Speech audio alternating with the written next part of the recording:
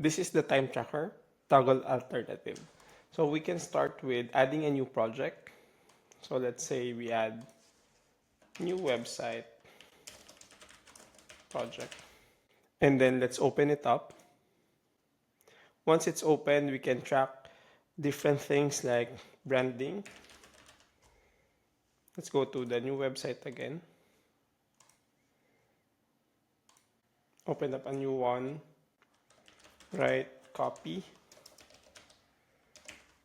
Go to website again. Now you can click the buttons below to start tracking. For example, for branding, now it has a new entry here. And let's say you started a little bit earlier, like 8 minutes ago. Now you can see here that this is running 8 minutes. And then you can stop the tracking using this button or the button below. And now you can see that it stopped, and then we have hours tracked as 0.013, or the difference in minutes in terms of the start time and end time. Now we can do so in the right copy as well. And then, for example, just an example, this is 4:45. And then let's use this button to stop tracking. Now, there you go. You can go back and see all of the projects in terms of the status.